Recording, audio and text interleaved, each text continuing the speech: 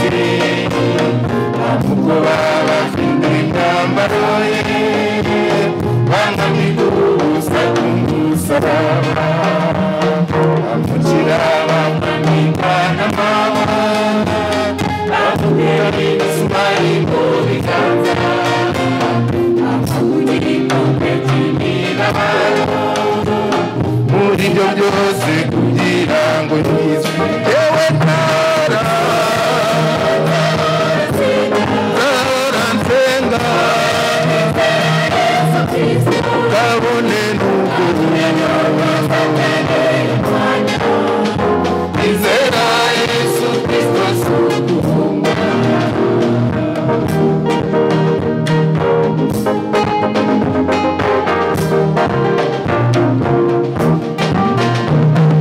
Satani nikakuwe gitumo nubwo yarazi kwasize ku giti amanuka ajya kwigambi kuzimu umwana n'ubuze habura abaziba amunyaga imfunguzo z'ikuzimu amunyaga ubushobozi bwe bwose afitaniye imiryango myinshi cyane ati nawe ukore mu ijuru no mu isi yewe ndahora nsenga kabone n'ubwo izera Yesu Kristo sukuhunga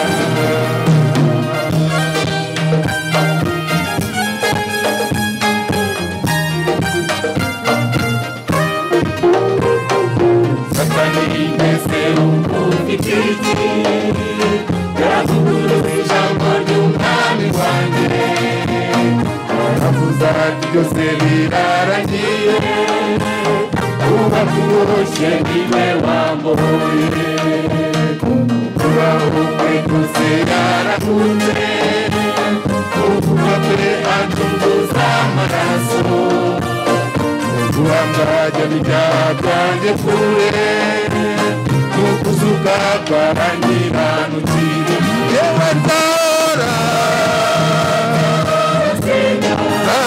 nsenga kabone n'ubwo izera Yesu Kristo sukuhunga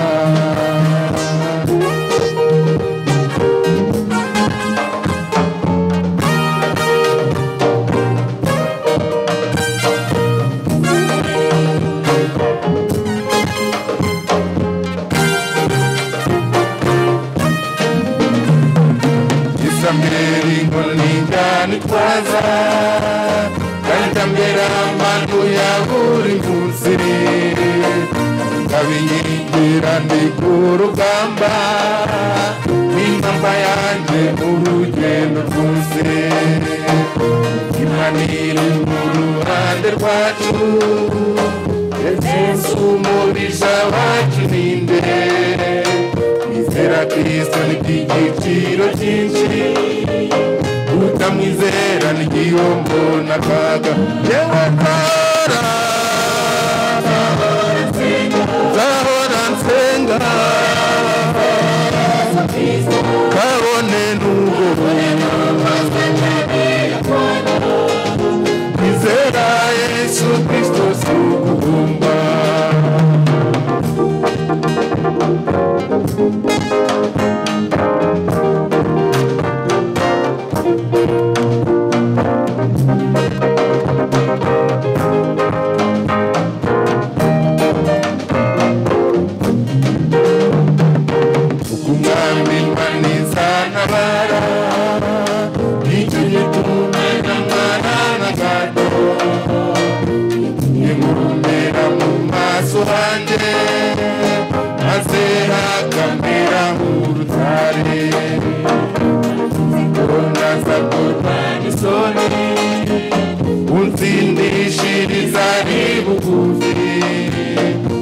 Samuranye duhagarare twembi umurezi wanjye ingena yewe ndahora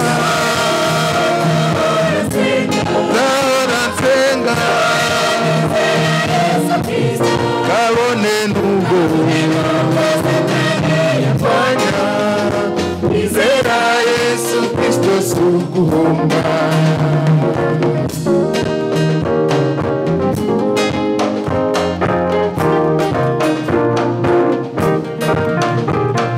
Ijambo ubwaryo riduhamiriza ko turwanye Satani azadukunda.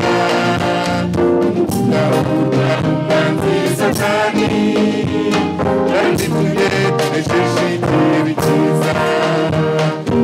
Imana izatugera tuyishake kuko tuzayibona. Tuyishakishe umutima wose urujyano rwa Yesu natwe tuzatsinda. Imana zahora nsenga kabone n'ubwo yarwanya kwizera Yesu Kristo si uguhomba.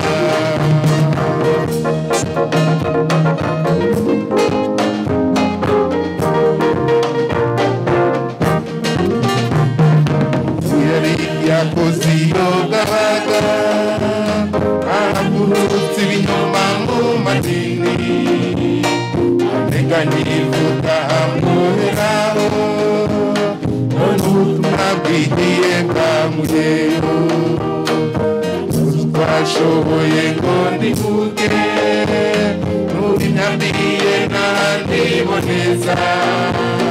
Yesu wose ambere umutabazi, Satani uribeshya naragaruriwe. Yewe nzahora nsenga kabone n'ubwo kwizera Yesu Kristo si uguhomba. Yewe nzahora nsenga kabone n'ubwo kwizera Yesu Kristo si uguhomba.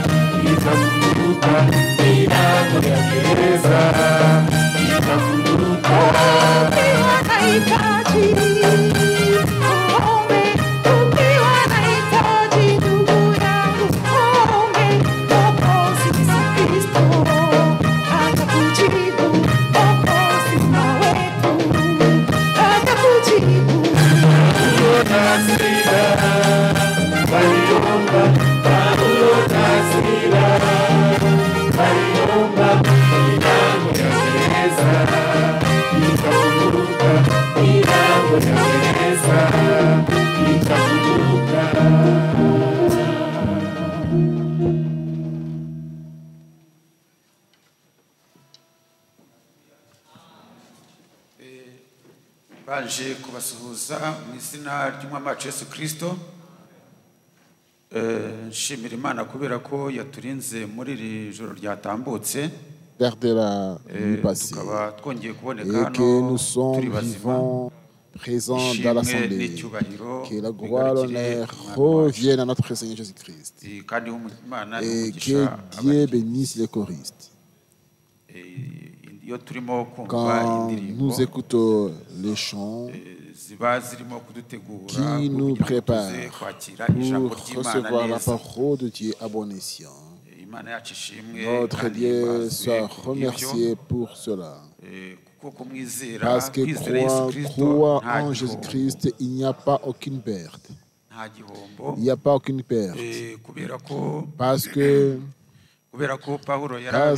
Paul a expliqué cela. Il a dit, nous avons la vie du présent et du temps ultérieur. Nous sommes vivants à présent et nous allons vivre pour l'éternité. Amen. Alors, croire en Jésus-Christ, il y a beaucoup de gains, d'intérêt. Non seulement cela, de ce que nous avons cet intérêt de chercher la vie éternelle. Seulement, comme Dieu nous a aidés, tu as abandonné l'ivrognerie et la débauche et des péchés différents qui peut t'emporter dans la prison. L'ivrognerie qui peut conduire votre domestique dans un temps de perte. Abandonnez tout cela. C'était un intérêt. Laissez cela, c'est un intérêt. Notre Dieu soit loué et glorifié. Certains abandonnent l'ivrognerie parce qu'ils ont eu la perte à la maison et le salaire a été consommé au bar. Ils prennent décision d'abandonner l'ivrognerie. Et du coup, ils laissent cela pour l'intérêt de leur chair. Prennent des décisions disant la débauche, prenant les nuits, le risque de contaminer le sida, ils prennent décision de laisser cela. Ça, c'est l'intérêt de la chair. Mais nous rendons grâce à Dieu parce que nous avons tout abandonné pour la parole de Dieu. Amen. Nous avons tous laissé pour la parole de Dieu. Comme Élie a rétabli l'autel disant, je le fais pour ta parole. Nous avons agi ainsi pour sa parole, pas pour l'intérêt de nos corps, mais pour l'ordre de sa parole. Notre Dieu soit loué et glorifié. Croire en Dieu, il n'y a pas aucune perte. Il y a autant d'intérêt. Mettez-vous debout pour commencer notre culte. Le frère va lire un psaume, psaume chapitre 24, depuis le premier verset jusqu'au verset 6.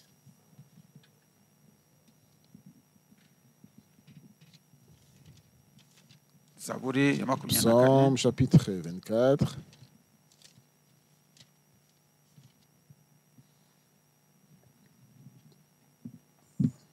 Isi n'ibiyuzuye n'ibyo Uwiteka, isi n'abayibamo, kuko ari we wayishinze ku nyanja, yayishimangiye ku mazi menshi. Ninde uzazamuka umusozi w'Uwiteka? Ninde uzahagarara ahera he? N'ufite amaboko atanduye n'umutima uboneye, utigeze kwerekeza umutima we ku bitagira umumaro, ntarahira ibinyoma. Uwo ni we uzahabwa umugisha n'Uwiteka no gukiranuka abihawe n'Imana y'agakiza ke. Amen. Abayishaka ni bene uwo, abashaka mu maso hawe, Mana ya Yakobo. Amen. Amen.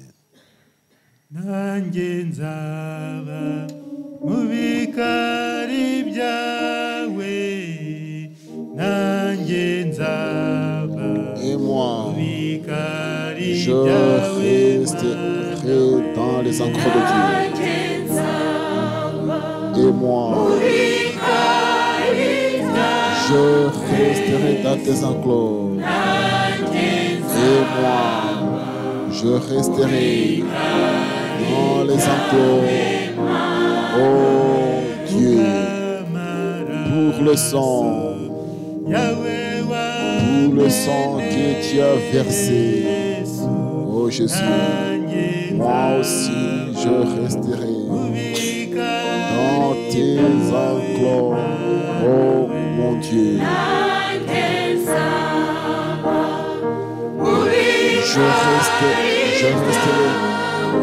resterai dans tes enclos. Là, je resterai dans tes enclos.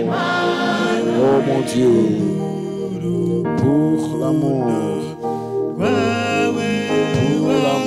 que tu m'as aimé, Jésus, moi je resterai dans tes enclos. Oh mon Dieu, moi je serai dans tes enclos. Je resterai dans tes enclos. Oh mon Dieu, que tu me donnes à vivre, à t'aimer dans ton service. Donne-moi à t'aimer dans ton service, oh mon Dieu. Quand je vais arriver dans le combat, oh mon Dieu, combat pour moi. Donne-moi à t'aimer dans ton service, oh Dieu. Donne-moi à t'aimer dans ton service, oh Jésus. Donne-moi à t'aimer dans ton service, oh Dieu. Tout le monde va se mettre à prendre tout Dieu.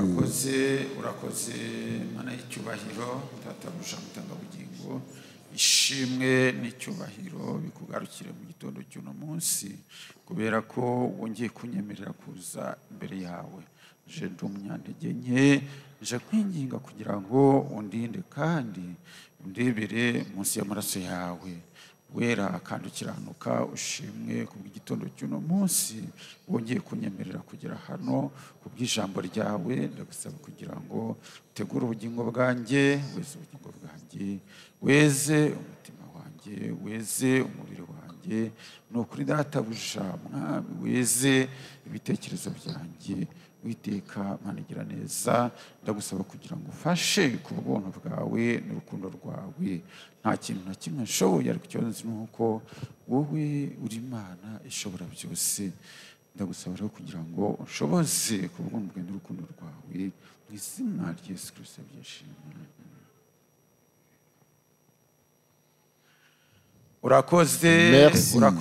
Merci, Dieu donné, l'auteur de la vie.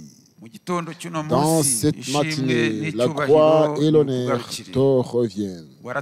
Tu nous as protégés de partout où nous étions. Tout le monde dans ce côté a été protégé. Tout ce qui a fait face des combats, des épreuves. Seigneur, réellement dans le bon et le mauvais. Seigneur, nous te rendons grâce pour ta protection. Et que tu acceptes que nous soyons vivants ce matin. Une bonne matinée.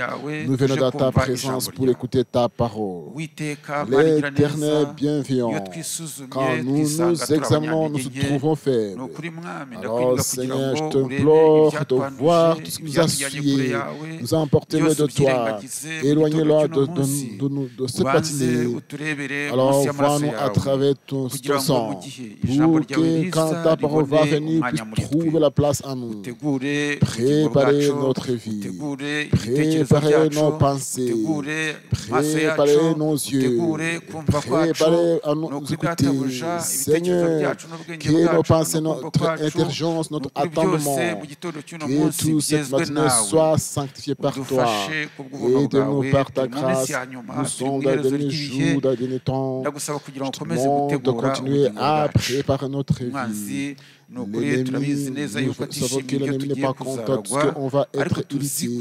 Nous savons que Seigneur, tu l'as vaincu à la croix, comme nous l'avons entendu dans le chant. Seigneur, tu l'as vaincu à la croix. Seigneur bienveillant, sois remercié. Et nous, comme nous portons la chaise, donnez-nous à vaincre dans la chaise. Donnez-nous la sagesse, la révélation de ta parole. Donnez-nous à voir la victoire venant de toi, que tout vient de toi.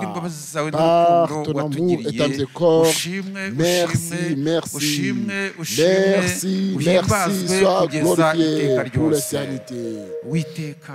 L'Éternel bienveillant, comme nous sommes dans ta présence, nous t'implorons, Seigneur, que ton Saint-Esprit va être utilisé pour nous donner de ta parole. Je te demande que l'onction venant de toi puisse descendre. Qu'il puisse être béni de lui, qu'il soit béni de nous. Seigneur bienveillant, continue à nous aider dans ce voyage. Tout ce qui se fait ici, comme tu as été avec nous dès le début, continue Seigneur à rester avec nous jusqu'à la fin. Tout ce qui se fait ici dès le début, jusqu'à la fin, que tout soit fait par ta bénédiction. Au nom précieux du Seigneur Jésus-Christ, nous prions, remercions. Amen.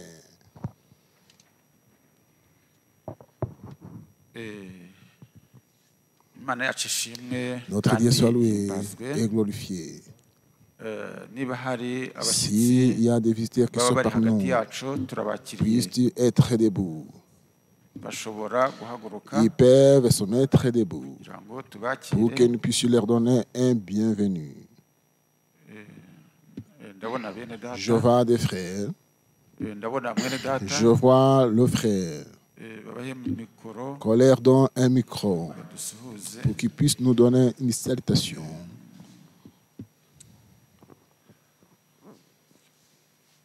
Alléluia. Amen. Bene data bakundwa baramukije mu izina ry'umwami wacu Yesu Kristo. Nezerewe nishimye kubona nongeye kwibona hagati yanyu. Nukuri ndayishimiye ihabwa icyubahiro. Nshimira Imana roko yaturinze kuva kugera hano. Nabyo ndayishimira kandi nongera kuyishimira ko yakijije uburwayi nari ndwaye mu minsi itambutse. Icyubahiro kibi cy'iteka ryose. Rero ishimwe mfite rinini mvuze natwara umwanya sinabura no gushimira kubona Imana yarokoye ubugingo bwa mwene data aho yari yakoze impanuka. Ibyo nabishimiye mu mutima wanjye aho narindi abanana bivugira no mu iteraniro ry'abera izina ryayo rihabwa icyubahiro. Nuko mwakira indamutso z'umufasha wanjye uko nagiye kuzamubwira ati ubandamukirize Imana. Alors, Dieu nous bénisse, frère. Dieu vous bénisse. tuvuye i Rwamagana turaramukije mwese mu izina ry'umwami Yesu Kristo. Twabonanye bose bamwe basuhuze mu izina rya Yesu Kristo. Imana ibamugishe. Amen. Amen. Ndabaramukije mu izina rya Yesu. Amazina yanjye nitwa Janvier Habimana, ndi mushya muri iri torero, nishimiye kubasanga. Imana iduhane umugisha. Et toi, frère, que Dieu te bénisse. Quand tu es content de nous rencontrer, nous sommes si contents de te recevoir. Santé, qui vient dans la maison de Dieu, santé que tout ce que Dieu a prévu ce jour, que cela t'appartient. Alors Dieu te bénisse parmi nous. Nous recevons le frère qui va entonner les chants. Amen.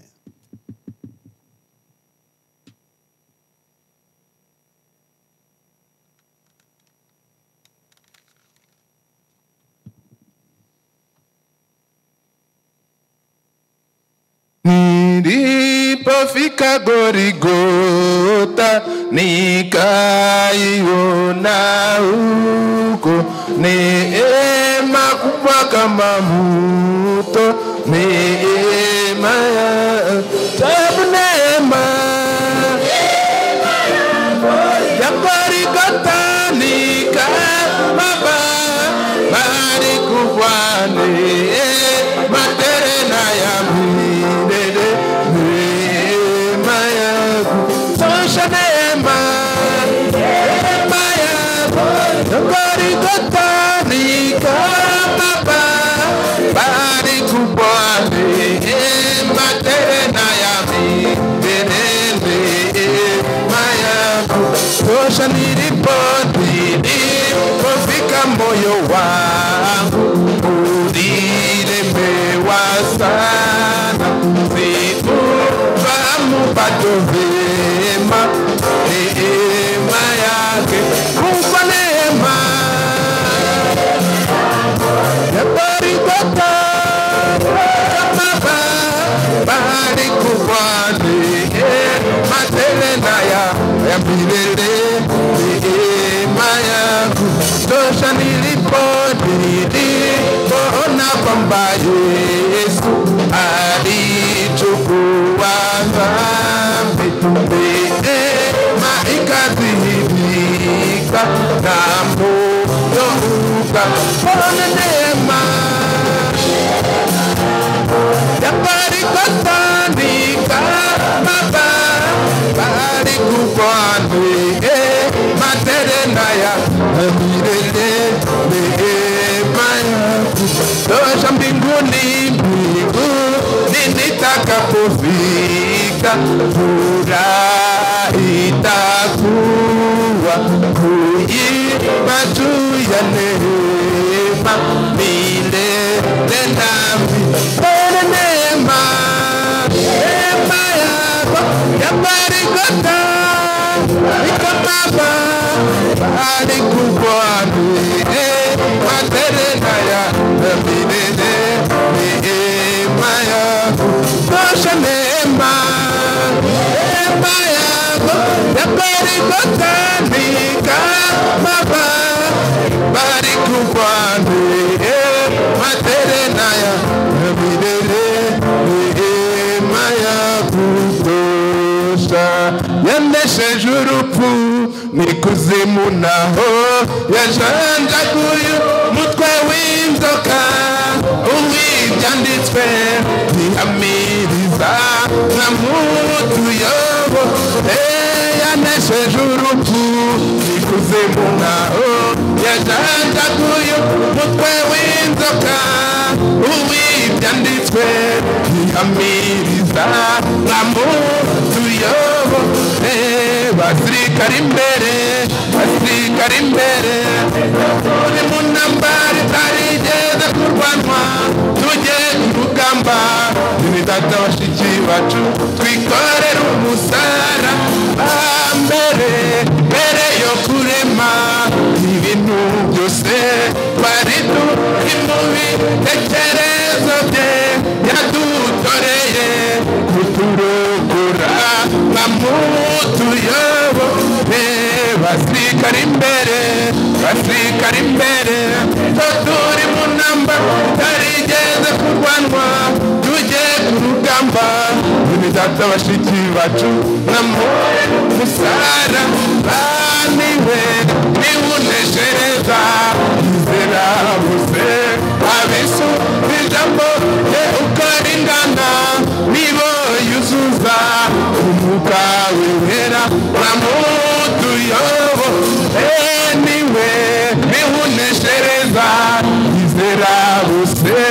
abisu ijambo rye ringana nibo yuzuza umwuka wera tuyoboke basirikare imbere tarigeze kurwanwa tujye ku rugamba tunigata bashiki bacu twikorere umusaraba basirikare imbere namba tarigeze kurwanwa tujye ku rugamba tunigata bashiki bacu urateturura ndabizi kandi uri umugiraneza urateturura ndabizi kandi uri umugiraneza bene data barabizi mpamvu bagirira neza kandi uri umugiraneza itorero turabizi mpamvu tugirira neza bashiki bacu barabizi mpamvu bagirira neza ndabizi kandi n'umugirane bene data turabibona mpamvu tugirira neza kandi n'umugirane za mu rugendo turabibona mpamvu tugirira neza kandi n'umugira neza kandi n'umugira neza kandi umugira neza we kandi umugira neza we kandi umugira neza kandi umugira neza kandi umugira neza we kandi umugira neza we kandi umugira neza kandi umugira neza kandi umugira neza we kandi umugira neza we mutugani uyu Yesu cet homme de Jésus cet homme de Jésus Alléluia ametenda miujiza il fait des miracles cœur cet homme de Jésus Alléluia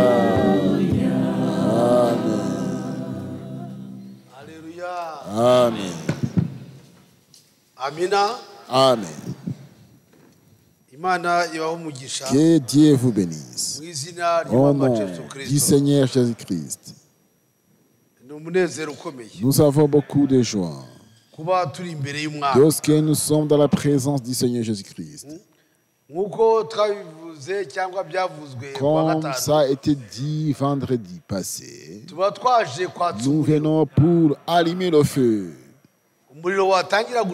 Quand le feu va s'éteindre, nous allons souffrir et allumer. C'est ce qui nous a fait venir ici. Alors, le feu du Saint-Esprit, sans le feu du Saint-Esprit, ce n'est pas possible. Pour que tu puisses faire n'importe quoi devant Dieu. Pour servir sans le feu divin, sans le feu du Saint-Esprit, ce n'est pas possible de faire un progrès. Ce n'est pas possible de quitter la faiblesse. Ce n'est pas possible de quitter votre lit. Ce n'est pas possible. On va lire cette écriture. Le prophète nous montre, c'est notre c'est notre énergie. Il y a des choses qu'on boit, qu'on consomme, des choses qu'on boit. C'est Narcisse. Il est descendu les montagnes, ça c'est l'énergie. Je vois des gens qui font de Guamagana. L'énergie. Sans énergie spirituelle, sans la force spirituelle. En Rwanda, vous sentez ce que cela veut dire énergie en anglais. Sans l'énergie spirituelle, dans d'autres termes, énergie, vous pigez cela, c'est la force de l'énergie. C'est la force qui brille quand tu es faible et tu prends l'énergie. Alors la force va te revenir. La force va te revenir. C'est pourquoi c'est ce qui nous fait quand l'Éternel va descendre, quand Jésus va revenir. Alors on se comprend sur le concept d'énergie, la signification de l'énergie. Quand Jésus va revenir, ce sera l'énergie venant d'en haut, va rencontrer l'énergie dans son église. Du coup, il y aura la lèvre. C'est pourquoi nous devons être éveillés, parce que cela ne peut pas t'arriver dans le camp où tu es distrait. Tu ne peux pas être dans la faiblesse ou bien dans les péchés, mais tu es distrait. Tu es distrait. C'est pourquoi mes frères et mes sœurs, prenez garde dans tout ce que vous faites. Ne perdez pas votre temps dans la distraction. Le temps est le temps. La minute est la minute. Tout est chaud. Dieu ne veut pas que ses enfants soient paresseux. Qui nous montre des paresseux. Nous montre l'exemple sur les fourmis.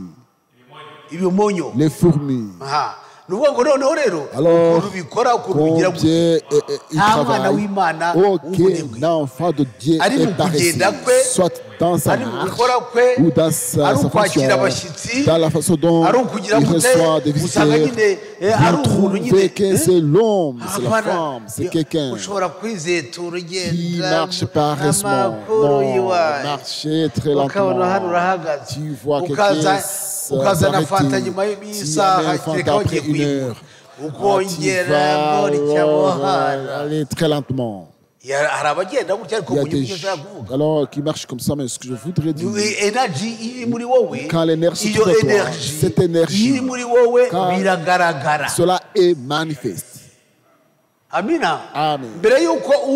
Avant de manger, avant de boire, avant que tu sois accueilli, cette énergie est importante. C'est ce qui érige les enfants de Dieu. C'est la chose qui érige vos visiteurs. Ça va ériger vos le frère. Je suis très satisfait. Alors, cet endroit, on doit savoir que cette chose, ça pousse quelqu'un à être joyeux.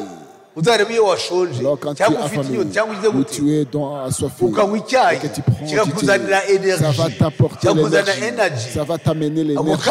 Et du coup, tu commences à être joyeux. Et tu vas éclater les tu te mets debout, ça change. Alors, dans notre énergie, c'est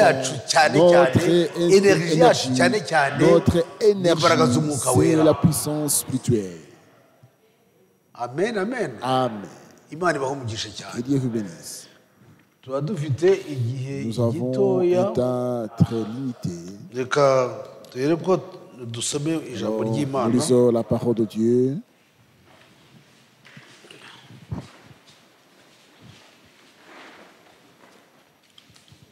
Nous lisons Éphésiens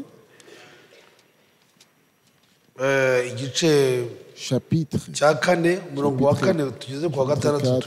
jusqu'à 6.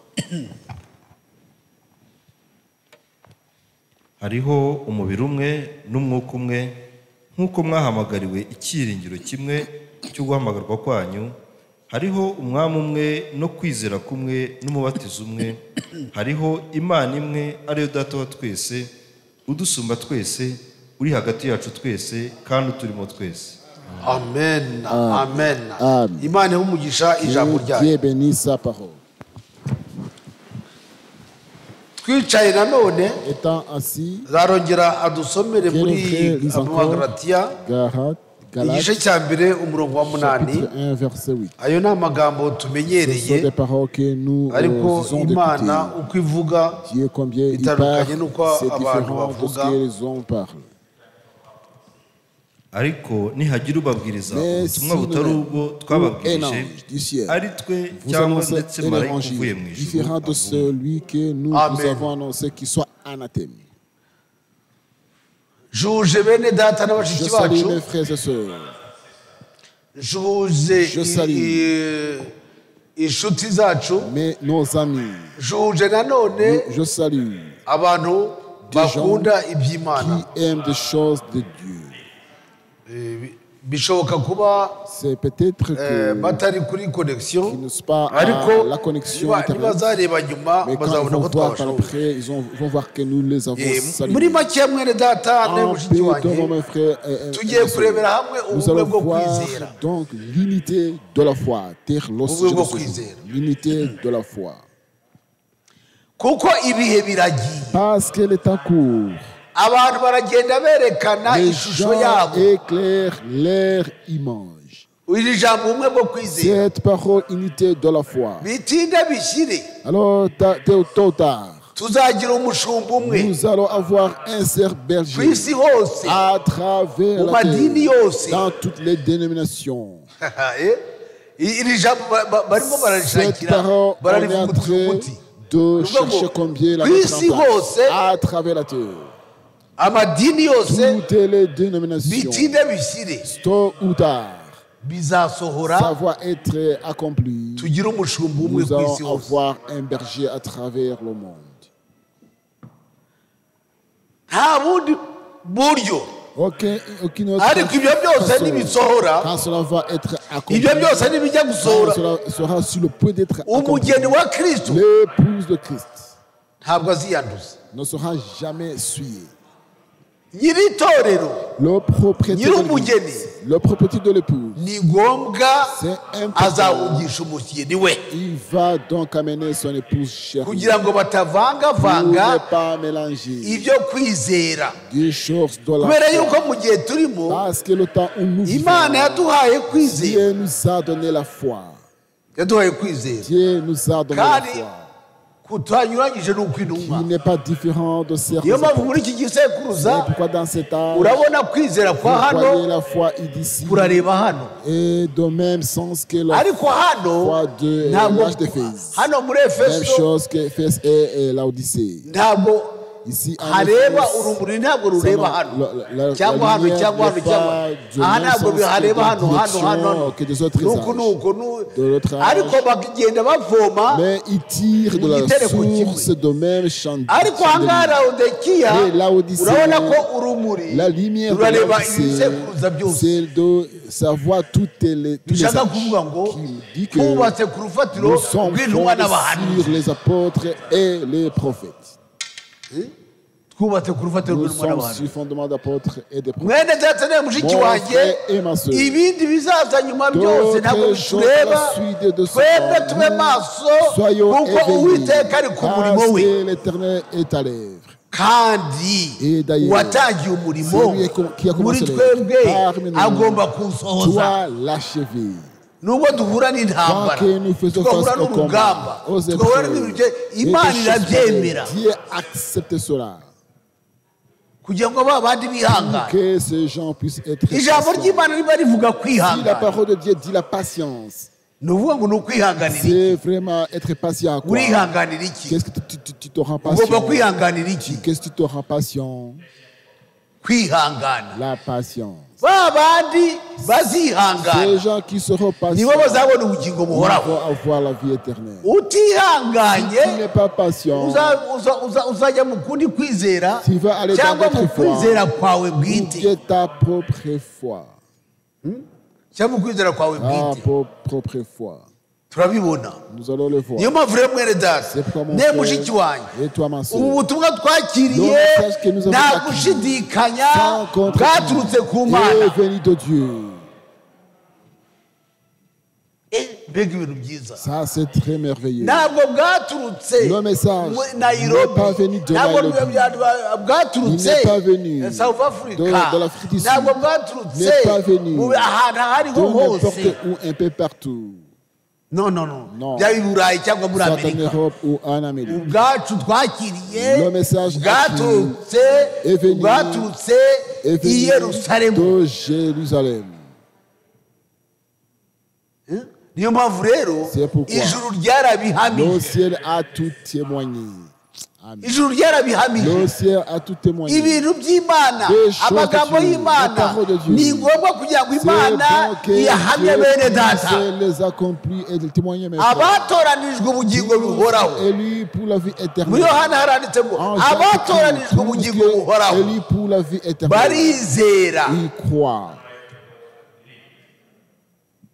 abatoranijwe ubugingo buhoraho nkunda kuvuga iryo jambo abatoranijwe ubugingo buhoraho barizera niyo mpamvu rero wowe uri gihamya cy'abakiri ubutumwa bwiza nawe uri gihamya nanjye ndi gihamya twebwe turi bihamya y'uko Imana yabashije gukofirima ntihagire ukubaza abakiri ubutumwa bwiza bw'umugeni wa Kristo niba ijambo ry'Imana ngo umugeni wa Kristo azazamurwa ese uwo mugeni wa Kristo ari hehe uwo mugeni wa Kristo turamukura hehe uwo mugeni wa Kristo muri iki gisekuruza hano i Kigali ari hano i Gikondo ariko rwose mais réellement umurashobora kuvuga ati nakiri umuhanuzi nagiye gutegura ibintu ati kandi tugendana na Frank tugendana na Prophète uzamwihorere ariko ndakubwiza ukuri icyatumye tutagendana nawe nuko imbuto y'ukuri itari muri we le fruit de la vérité ne se trouve pas en lui kuko hariho abavutse neza hari n'abavutse nabi et d'autres qui sont mal nés hari abavutse neza hari n'abavutse nabi niyo mpamvu tubona neza yuko mu gihe ubutumwa bwiza bwazaga muri iki gihugu cy'u Rwanda bwa mbere muri za 80 cyangwa se 79 abantu babiri batatu bagenda babwakira bukagenda ntabwo ari igikorwa cy'umuntu none hose mu Rwanda akaba hari amatorero yakira ubutumwa bw'igihe abana b'Imana bitegura kuzamurwa ntabwo ari igikorwa cy'umuntu niyo wakwigute ntabwo ari igikorwa cy'umuntu oya ahubwo ni igikorwa cy'Imana wowe uri igikorwa cy'Imana nanjye ni igikorwa cy'Imana n'uriya ni igikorwa cy'Imana Imana muri abahamya nimwe bahamya ba Yehova yes ni mwebwe bahamya bahamya ba Yesu Kristo ba Yehova niyo mpamvu rero bene data namwe bashiki banyu umuntu wese uzaza akabasha ku butumwa ngo twabwirijwe n'intumwa n'abahanuzi akagabanya ngo tuhabwe tubyumva ngo awo marayika avumwe marayika ni umuntu utwaye ubutumwa kugira atawutwaye neza avumwe yes kandi mwene data mushiki wanjye tugomba kureba nk'uko umuhanuzi abivuga uwo muntu agomba gusenywa Imana iramusenya ubwayo neza agahanagurika il va être franchement détruit agahanagurika niyo mpamvu rero mwene data tuboneza yuko hano mu ijambo ry'Imana nk'uko twabyumvise mu bumwe bwo kwizera nk'uko twabyumvise ngo ngewe imbohe y'umwami Yesu ngo mugende uko bikwiriye ibyo mwahamagariwe. Selon votre vocation. Umugaragu w'Imana avuga ati ngewe imbohe y'umwami Yesu. Moi prisonnier de Jésus-Christ. Imbohe ni iki? Qui est le nuvuga ngo ni imbohe yayo, ni imbohe nuvuga ngo ntabwo wigenga. Tu n'es pas, tu te conduis pas toi-même. Tu n'es pas libre de toi-même. Ngewe nabaye imbohe muri gereza, ariko bigashushanya kubona n'imbohe mu mubiri wa Kristo cyangwa se mu ijambo ry'Imana. Nuvuga ngo imbohe ntabwo yigenga. Ngwino, haleluya, jya hariya, hagara hariya, muceceke, murya. Imbohe igengwa n'abandi, ntabwo yigenga, igengwa n'uwayiboshye. Niko murabibona hano hanze, ndetse hariho abo bashyira n'iminyururu kugira ngo atajya aho ashaka. Ariko nawe mwene data na mushiki wawe, uko byagenda uko ariko kose, natwe ubwacu mu buryo bw'umwuka, mu buryo bw'ijambo ry'Imana, kugira ngo udatana ukajya hariya, ukagenda ukagira gute, ukajya mu isi ukagira gute, Imana izagushyiraho umunyururu. Umurimo ni uwayo. Ko ati wanze ukunze komeza imbere, wanze ukunze winyweyo mazi, wanze ukunze zamuka imusozi, wanze ukunze. Ari mushiki wacu nibuka, umugabo yamuzaga kujya gusenga, agakinga hose agakinga kose. Yari umama ufite abana batatu, Esperance niba mumwibuka. Noneho ako kanya we, noneho ndamubona aje gusenga, hano yuzuye ibikomere, hano yuzuye ibintu by'intuza by'ibitaka. Byageze gute? Ati ubu nagize gutya, je gusenga, yari yafungiranye hose. Ati ndurira, ati nyura mu rukuta, je suis passé par la clôture. Mais dari mbese urugo bavuga clôture, ariko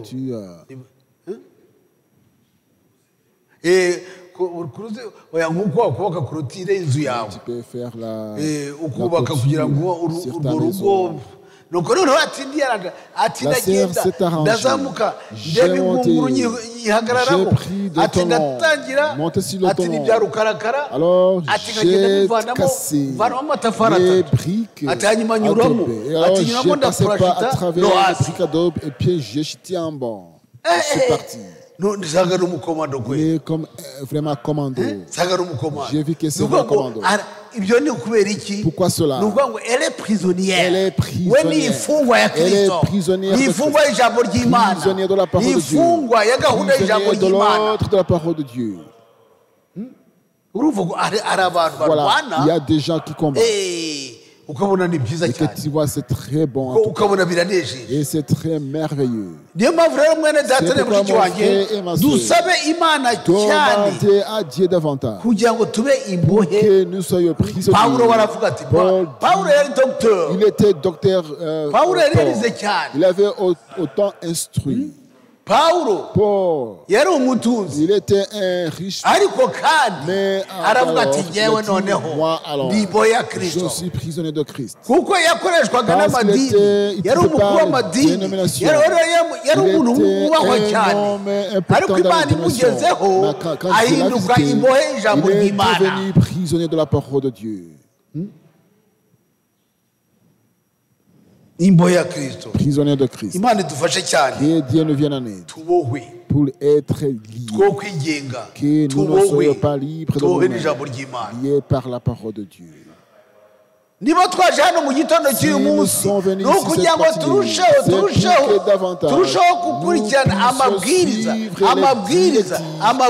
c'est suivre les directives venant d'en haut aux cieux. C'est pas en vœu. Amen, amen. Amen. Dieu prend soin de ses enfants. yitaye ku bana bayo. Il prend soin de ses enfants. Noneho rero ati noneho rero. Alors il dit. Ati noneho rero ati mwicisha bugufi. Étant humble. Mugende uko bukwiriye ati mwicisha bugufi rwose mufite ubugwaneza rwose no kwihangana. Et la patience. Mwihanganira na mu rukundo. Les uns les autres dans l'amour. Avec la douceur, avec humilité. Quelqu'un qui n'a pas le témoignage au quartier, qui est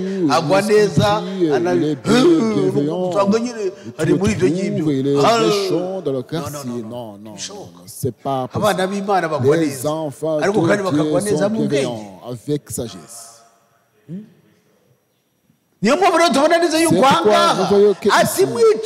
Avec en toute l'humilité, en toute humilité, de façon claire. Les enfants de Dieu sont toujours humbles. Non seulement dans votre propre quand vous êtes humble, l'Éternel est élevé dans ton cœur. De façon que tout le monde va voir que réellement cette personne, il est l'homme de Dieu. Et dans cette humilité, Dieu va te visiter. Parce que Dieu ne peut pas visiter quelqu'un qui serait Dieu ne peut pas visiter quelqu'un qui est arrogant. Dieu visite, Dieu passe de toucher les gens humbles. Nous devons le savoir. Il y a des gens sans sagesse.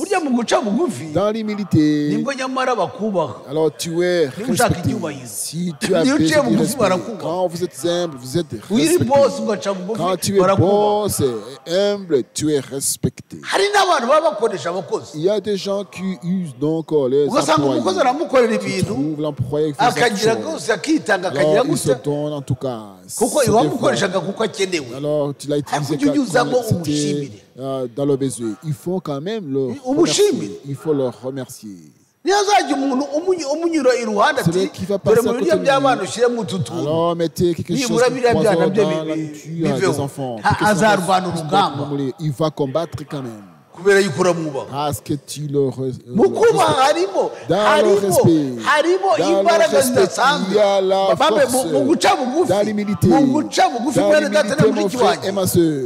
Il y a quelque chose que Dieu a placé. C'est pourquoi quand il est venu nous racheter, il est venu dans l'humilité. Il n'est pas venu dans l'arrogance comme Dieu. Il est venu à ce moment révélé comme Dieu, mais dans l'humilité pour que son œuvre puisse être accomplie. Tu ne peux pas arriver à ton accomplissement dans la terre qui va avec les méchants. Non, birasaba guca bugufiya kugira ngo ugere ku cyo ushaka kugeraho. À ton but. Tugomba guca bugufi. Nous devons être Yesu yatubereye urugero. Jésus a été notre modèle. Yatubereye urugero. Il a été notre modèle. Mwicisha bugufi, mwihanganirana mu rukundo, avec patience et avec l'amour. Mwihanganirana mu rukundo. En vous supportant les uns les autres avec amour. Nkakagira gutya Satani akamunyuraho akakurwanya no ijambo ry'Imana kwihanganirane mu rukundo. Supportons-nous les uns les autres dans l'amour. Non, pas dire non, je ne peux pas l'écouter, il a mal agi contre moi, je ne peux pas l'obliger, il a mal agi contre moi. C'est toi qui te fais mal en toi. C'est toi qui te fais mal. Ariko wowe mu rukundo rw'Imana ufite mu rukundo Imana yaguhaye uravuga ibyo aribyo byose igihe kizagera mwene data nkundi mushiki wacu nkundi ibintu bigende neza et des choses vont bien marcher. C'est là que tu réponds à Satan. Voilà la réponse à cette situation. Parce que l'amour de Dieu se trouve en toi. kubera urukundo rw'Imana ruri muri wowe ntabwo na rimwe uzakora ikintu usenya ntabwo uzavuga ikintu usenya ntabwo uzavuga ikintu mwene data nubwo yaba wakibonye cyangwa mushiki wacu nibishoboka ntabwo bigukundira kubera urukundo rw'Imana wumva byanga kuregura mwene so kuregura mushiki wacu kumuvuga nabi nubwo byaba ari byo wumva birimo kwanga iyo mpamvu byanga ni urukundo rw'Imana ruri muri wowe ariko utari wagira urwo rukundo rw'Imana rusesuye wapi uryoherwa no kuvuga abandi bikakuryohera nta kibazo Imana idufashe mwene data none tubona neza yuko ngo mugire umwete wo gukomeresha ubumwe bw'umwuka umurunga w'amahoro mugire umwete abana b'Imana bagira umwete niko twavuze mbere abana b'Imana ntabwo ari abantu bizetura bagira umwete kuri byose cyane cyane bavuze guterana cyane cyane bavuze ibintu by'umurimo w'Imana usanga afite ububyutse akabyuka kare usanga ibitotsi biragiye kubera uwo mwete Imana ishaka ko tugira umwete niyo mpamvu ijambo ry'Imana rivuga ngo ukuboko kwanjye ntabwo ari kugufiya ngo nanirwe kubakoraho nta nubwo naze kubareba ahubwo gukerwa kwanyu katumye mbatera umugongo. Mais vous êtes en retard et je me suis détourné. La parole de Dieu qui est sans cesse. Et sans cesse. Si tu pries, c'est pas prier étant sur la parole de Dieu dit prier avec courage. Ici nous voyons le courage. Prier avec courage. Quand vous priez avec courage, Dieu dans le temps, Dieu va descendre. Dieu va descendre du coup. Quand vous priez avec le Dieu, alors cette force, votre courage va descendre Dieu dans l'instant. Réellement. Moi, je l'ai expérimenté. Alors, quand vous priez avec le zèle, sans attendre que je vais voir comme Dieu va agir, je vais voir. Et juste, il faut voir la foi. J'ai mis cela devant Dieu. Priez avec zèle. Selon votre situation, Dieu va descendre. Amen. Alors, des fois, vous attendez. Mais il y a autre fois, il y a autre surtout sur l'intérêt de Dieu. Dieu s'aime. Dieu s'aime. Quand il y a l'intérêt de Dieu, Dieu va descendre dans l'instant. Amen. Ne soyez pas trompés. Dieu s'aime par lui-même. Non, non, non, tu vas nous dire que mon frère et ma soeur, ici, hariho umubiri umwe umwuka umwe nk'uko mwahamagariwe icyiringiro kimwe cyo guhamagarwa kwanyu hariho umwami umwe no kwizera kumwe n'umubatizo umwe hariho imana imwe hariho data wa twese udusumba twese uri hagati yacu twese kandi turimo twese uruba yuko ahangaha rero umubiri ni umwe ariko ntabwo uzagenda hose abakiriye mesaje ngo ni umubiri umwe ngo ni umubiri umwe ubwo avuze Branham twebwe tuvuga jambo yego Branham ni umuhanuzi w'igihe turamwubaha namwe data Frank ni umwigisha umwarimu turamwubaha ariko cyane cyane batugeza kuri uyu nguyu umwami w'abami aho niho batugeza niyo mpamvu rero mwene data na mushiki wawe hari abantu bakigenda ubu ngubu basenga Frank akagendana n'ifoto ya Frank akagendana nayo atayifite yumva amademo amufashe atayifite ahubwo yaramufashe Mais tu as été séparé des démons. Il y a des gens qui marchent avec la photo de Branham, avec la photo de Branham, et avec la photo. Alors des photos ici, dormant avec les photos de Branham. Pour qu'il ne puisse être saisi des départs à cause du service. Non. Soyez sûr que tu as été saisi par les démons. Tu es saisi par les démons. Nous, frères et sœurs, nous ne prenons pas des photos, de parler dans les noms, ou bien des espoirs. Nous nous efforçons pour avoir le salut obtenu à travers Jésus-Christ. Sinon, uri idolâtre, umuntu usenga ibigirwamana. Idolâtre. Ntibishoboka. Ntabwo muri ibi bisekuruza byose ntabwo Pawulo yaje kugira ngo avaneho Kristo, ahubwo yaje kumwerekana. Ntabwo Irene yagize gutya ngo ayazanywe no kugira ngo avaneho aba ari uvugwa Irene. Oya, ntabwo ari Martin, ntabwo ari Colomba, ntabwo ari Luther, ntabwo ari Wesley, ntabwo ari Branham. Bariya ni abamarayika b'Imana, ni intumwa z'Imana. Turumva ibyo bavuga bakatwereka bati dore umwana w'Imana, dore umwana w'Imana ukiza ibyaha by'abantu. Ôtez les péchés du monde. Ubu hari ibice byinshi Il y a kubera beaucoup de kurwanira abantu, divisions à cause des gens qui font l'espoir des gens.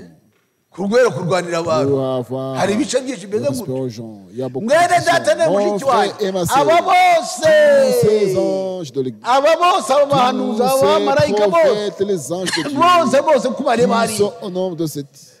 barakoze, Ils ont bararangije, travaillé, ils ont fini Imana leur travail. ibahumurije. Que Dieu les Ariko bénisse. Yesu aracyakora. Mais Jésus est toujours à l'œuvre. barakoze bose cyane kandi ahubwo twavuga ngo Imana ibaha umugisha, ariko kandi tugomba kumenya ngo Yesu bakoreraga arakikorera n'uyu munsi. Toujours à l'œuvre jusqu'à présent. arakikorera, Il est toujours à arakikorera mu itorero l'œuvre rye. dans son église. Ntabwo yari yarangiza, N'a pas encore achevé son œuvre. ubundi bishoboka, Jamais, impossible. ntabwo bishoboka. C'est pas ntazagire possible. ubashuka Que ababwire vous ngo ne soyez pas yararangije, trompés, bose bararangije. que tout le monde a fini, Frank que aracyari Frank muzima, a fini. aracyari mu Frank est mubiri, toujours vivant, dans aracyakora, la chair. Il continue yakora à œuvrer. yicaye, Il peut yakora travailler, aryamye, assis, aracyakora. dormant. Il est toujours à l'œuvre. Amen. na hano turacyakora. Même ici, nous travaillons Satani azi ici. ubwenge Satan est kugira ngo rusé. ajye gutya Pour ahe ibyiringiro donner abakristo l'espoir aux chrétiens. bumve neza yuko Qu'ils sachent byarangiye, que la fête est finie. ati ni hahandi Que c'est- singirwanira agakiza, je ne combats pas ni pour le hahandi salut. Que singirwanira. vraiment- Ayayaya. Non. Imana iracyakora, Dieu est à l'œuvre. iracyakora, Dieu est à l'œuvre. iracyabatiza mu Dieu mwuka, est en train de baptiser iracyabatiza dans mu l'esprit mazi, et dans l'eau. iracyabatiza mu Baptiser kwizera. dans la foi. Mbese kugira ngo tubashe Alors, kugira pour que nous kwizera puissions kumwe, avoir umubatizo même foi, umwe, même baptême, ibyiringiro umwe. même espoir. Amen, amen, amen. Amen, amen. aracyakora. Imana Dieu iracyakora, est umwuka wera toujours à aracyakora. l'œuvre, mais demain que le Saint-Esprit. kandi mu gihe azahagarara gukora, Quand il va terminer à ubuntu œuvrer, bw'Imana et que la grâce de Dieu buvuyeho, serait donc mise à part. tuzabimenya. Nous allons le savoir. Buri wese Tout azabimenya. le monde va le n'uzaba savoir. ari mu mubiri Celui qui w'umukecuru ananiwe sera kuza azabimenya, dans la na mwene data fête azabimenya. et le frère va le ntabwo savoir. ari ibintu byo C'est kubwirizwa pas des choses alo à alo prêcher alo ngo que byarangiye, alors c'est fini. alo alo alo Que ngo alors c'est byarangiye, fini. uracyari mu Tu es buriri, toujours uracyari mu dans alo la alo alo vie. byarangiye. Non, c'est Non, fini. non, non, Non, non, non. tuzabimenya buri Nous wese allons aho ari, tous le savoir de partout où nous serons. aba ari we duhanga amaso. Alors fixez nos yeux à Dieu. umuririmbyi yavuze ati ujye Le umuhanga chanteur a amaso. dit fixez tes yeux à Dieu. ntabwo ari umuhanga amaso C'est pas Colomba, fixé à ntabwo ari umuhanga Dieu à amaso Colomba Pawulo, ou ntabwo à ari uwo Paul Irene ou à n'abandi. Irene un peu partout. Non. ni uguhanga C'est amaso fixer les umwami yeux wacu Yesu à Kristo. notre Seigneur Jésus-Christ. we aracyakora. Il est toujours à l'œuvre. ku gihe cya Pentekote Depuis le temps de Pentecôte, aracyakora mwene il est data. toujours à l'œuvre, mon frère.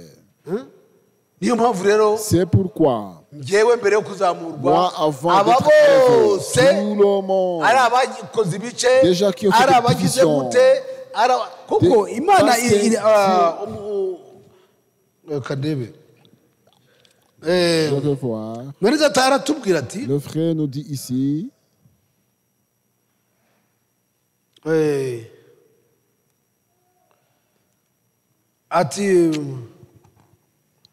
Il y a une seule révélation personnelle de Dieu, laquelle a eu lieu en Christ. Il y a un seul nom de Dieu duquel il est question ici, Seigneur Jésus. C'est en son nom que tout genou priera.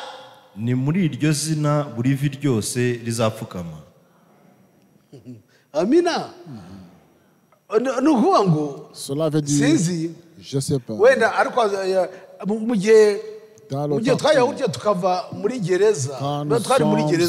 Quand nous étions dans la prison,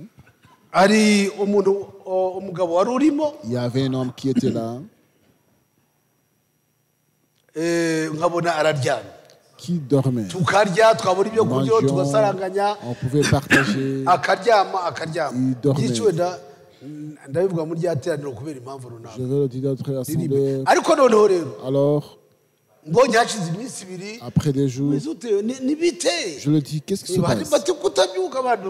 Tu ne te réveilles pas. Il se changeait sur le lit. Alors, je lui ai amené à manger du bon menu. Je cherchais autre chose. Il mettait cela à côté. Je dis, qu'est-ce qui se passe? Je l'amenais à autre chose. Il pouvait manger. Alors, voyez à côté, il mettait toutes choses à côté. Alors je dis, il veut se suicider. Je dis, pourquoi tu ne te réveilles pas? Il y a beaucoup de jours que tu restes dormi. Il disait, tu as pris soin de moi. Alors je vais te dire, mais je suis dans les larmes que je meurs. Et comme ma mère, ma femme a été licenciée. C'est elle qui a l'argent qu'on lui a donné pour acheter moto.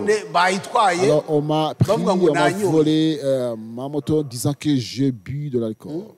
Il y a donc l'alcool. Quand j'ai mal fait l'accident, on m'a donné l'alcool. J'ai dit, c'est ainsi alors. Combien d'argent? Je dis, il va témoigner. Je lui dis, vous avez combien d'argent? Elle a dit à soi. Est-ce que tu peux pas demander à quelqu'un cet argent? Ils ont essayé de mettre tout. Ils ont tous vu obtenir 10 000. Mais il reste des 100 000. Il reste des 100 000. Alors je dis, sois patient. Fais la douche et tu manges. Quand nous allons sortir de la prison, je vais te donner cet argent. Tu vas me donner cet argent? 200 000. C'est 200 000. Tu vas me donner cet argent? Je vais te redonner. Je ne sais pas. Je vais te le donner pour que tu puisses bien travailler. Il dit, je ne comprends pas. Je suis prisonnier, tu es prisonnier. Comment tu vas me donner l'argent? Je vais te donner l'argent. Appelez des gens qui étaient tout près. Venez donc, je vais répéter. Il a répété ce que j'ai dit. Qui va me donner l'argent? Il s'est agenouillé devant moi. Il a commencé à prier pour moi. J'ai dit, moi, tu n'es pas comme un homme, tu es comme mon Dieu. Je lui ai fait élever par la force. Quand on se rencontrait, quand on me voyait, il s'agenouillait devant moi. Si troisième fois étant agenouillé, je lui ai fait élever. Il faut agenouiller devant Dieu. Je lui ai instruit. Il m'a dit, je la grâce à Dieu, c'est que tu as été en prison. ati nashimira Imana ko bakufunze we akabwira n'abandi nabo bakagira ngo yasaze. Il disait à tout le monde, nashimira Imana barakufunze hejuru yanjye we. Cet homme à cause de moi. Urumva Imana igenda iseriva mu buryo butandukanye. Certes différentes façons. Buri muntu wese ayibonamo. Tout le monde va voir Dieu. Buri muntu wese ayibonamo mu bibazo bye, mu byishimo bye. Dans ses joies. C'est mon Dieu. L'autre disant, c'est mon Dieu. Amen. Sinzi niba yaje wenda. Est-ce que la personne est venue? Ubwo noneho ariko abwira abo bantu. Quand il disait à ces gens, il cherchait à que donc il donnait le témoignage. Pour dire que je le confesse seulement. Quand nous sommes sortis de la prison, il a été emprisonné 2 jours après moi. Il m'a téléphoné. Il m'a dit c'est la même personne. C'est la personne. C'est toi qui faisais la récit. Il m'a rappelé. Je lui ai dit. Est-ce que vous avez un mobile money? Il dit oui. Je n'ai pas de mobile money. Il n'a pas de téléphone. Alors je lui ai dit, va à Kikondo, je lui ai donné la direction. Il est venu. Théogène de sécurité, agent de sécurité. Et je lui ai remis l'argent promis. Et du coup, il s'est agenouillé encore. Je lui ai dit, non, il ne faut pas t'agenouiller devant moi. Il a dit, réellement, je te dis franchement, je n'avais pas aucune dénomination. Mais depuis aujourd'hui, j'ai vu le lieu de culte. Mwene data naye mushiki wanjye ati nzaza n'umuryango wanjye iby'amadini ntabwo twari tuzi ko mu Rwanda hari abantu bakora. Il y a des gens comme ça. Oui. C'est étonnant. Nijoro najya kuba nkumva madamu warantelefoni nawe ati ni madamu wanjye nawe akantelefona ati ndashaka kukubona. Je voudrais te voir. Uri umunyarwanda. Est-ce que tu es rwandais? Non, il dit non. Ça n'a pas été. Oui, ça existe. C'est que ce qui est dans la maison, tu ne peux pas savoir lorsque tu es en dehors. C'est qui est dedans dans la maison. Et nous connaissons des choses de la maison. Amen. Alors, vous voyez, ça c'est le témoignage. Jésus-Christ prêche de différentes façons. Il y a d'autres gens. Dans cette façon, quand vous avez l'occasion, madame,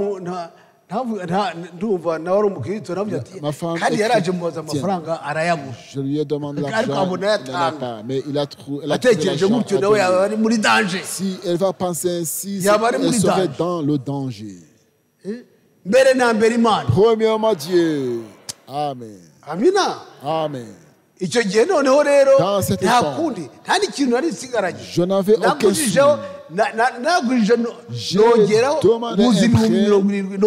J'ai ajouté 70 000 comme un prêt. Et du coup, la personne est partie. Il a acclamé son ce qu'on appelle servir Dieu, c'est le dévouement. Ne pas prendre soin de ton propre voir la chose qui éveille l'intérêt de Dieu. Ce qui éveille le service de Dieu, c'est amener les gens à Christ, la prédication et dans les actions. C'est pourquoi des gens qui ne donnent pas ne pourraient jamais arriver aux cieux. Les gens qui ne donnent pas ne hériteront pas le royaume de Dieu. Mon frère, le temps arrive. Dans la petite occasion qui nous reste, servons à Dieu. Premièrement Dieu. Premièrement Dieu. Ne soyez pas découragés. Pourquoi? Parce que nos vies, vendredi, ce que nous manquons, c'est le feu. nous manquons l'énergie. Quand nous avons reçu le message, on disait alléluia frère, alléluia sœur. Il n'y a pas de souci, je vais y aller. Il n'y a pas de problème, je vais faire ceci. Alléluia sœur. Alléluia. Voilà comment nous étions. Sans penser de les voitures, sans penser de moto, sans penser des étages, sans penser à aucune autre chose. Mais nous étions dans notre atmosphère. Vous vous souvenez? Mais Dieu soit remercié et glorifié. Nous avons la chance. Nous sommes heureux avec la chance. Soyez réveillés. Il y a la chance devant nous. Yes. Oui. Nous avons de la chance devant nous. Marchez dans tes projets, mais avec attention. Premièrement Dieu. L'unité de foi parmi l'enfant de Dieu. C'est pourquoi ici nous avons lu. Il y a une révélation personnelle de Dieu. Imana nitanga guhishurirwa. Donc ku giti cyayo donne sa propre révélation personnelle. Aucun ne peut te donner cette révélation. Personne ne peut pas t'aider. Non. Il y a une seule révélation de Dieu. hariho guhishurirwa kumwe kw'Imana. Guhishurirwa. C'est la révélation. Wamenye Yesu ntawakwigije waramumenye uramumenya uyakira umubatizo hari n'abana bacu badukurikira bagapfa kubatizwa hashira igihe nk'umwaka imyaka bakongera ati no igihe nizeraga byari ukubera ababyeyi none nimubatize ku giti cyawe. Alors baptisement de mon propre gré. Ibyanditswe biratubwira ndetse n'umuhanuzi uwo muntu mureke abatizwe. Laissez la personne soit baptisée. Si on n'a pas la révélation, il va sentir que Vianney est tombé. Il m'a baptisé. Non. Quand vous avez la révélation de Dieu, les Écritures vous amènent aux Écritures. Il dit, tu as été baptisé, car baptisé. Pas qui t'a baptisé. Arivera nubwo migurumiko ndabona uko mamashyi nubwo migurumiko yabarakubatije t'as fait baptiser. Tu n'as pas de souci ma sœur. Ubatijwe mu batizo ki quel baptême que tu as reçu. Ntabwo ari nde wakubatije. C'est pas uko tore bagiye babatiza abantu. Si vous contrôlez les gens qui ont baptisé les gens. Nanjye ndimo et moi je fais partie. Personne n'est pas dit. Ariko hari wa wundi utanga guhishurirwa kwe inawe batizwa mu batizo nyakuri ariwo batizo mu kamene du Saint-Esprit. umenye ibyo ntawaguhungabanya mu myizerere yawe. Vous ne serez jamais noneho niyo mpamvu rero hanyuma bon igihe kiragiye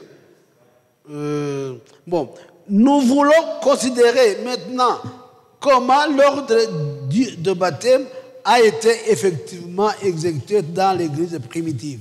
Turashaka kureba no kwitegereza uko umubatizo wacu wagenze ukurikije uko itorero rya mbere ryabigenzaga.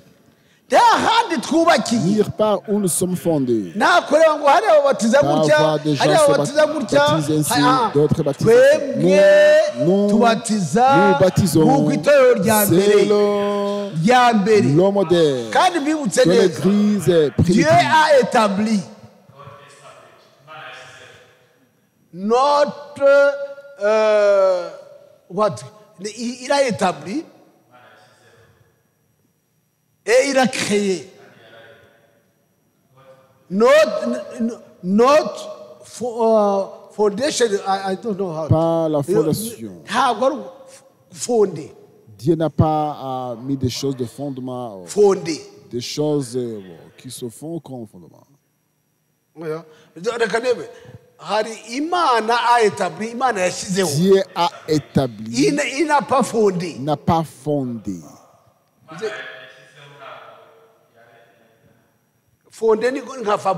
C'est comme fabriquer. Fabriquer de tes propres choses. Qui a fondé ça? Qui a fabriqué ceci? comment fonder. ushobora kujya gutya ukakwikorera ibintu ukwikorera umushinga ukagenda neza ukwikorera n'indi kuko tuvuga ngo Fondation Vianney. Fondation tubyumva Barina. Fondation Kwiremera. Guhanga. C'est la fondation. Ndumva ari nk'ibyo ngibyo. Kwihangira. Kuko mu Baroma haranditse mu gice cya 10 niba chapitre 10 si je ne me trompe pas. Habonye cyane babandi bihangira malgré des gens qui se font leurs propres ils fondent leurs idées.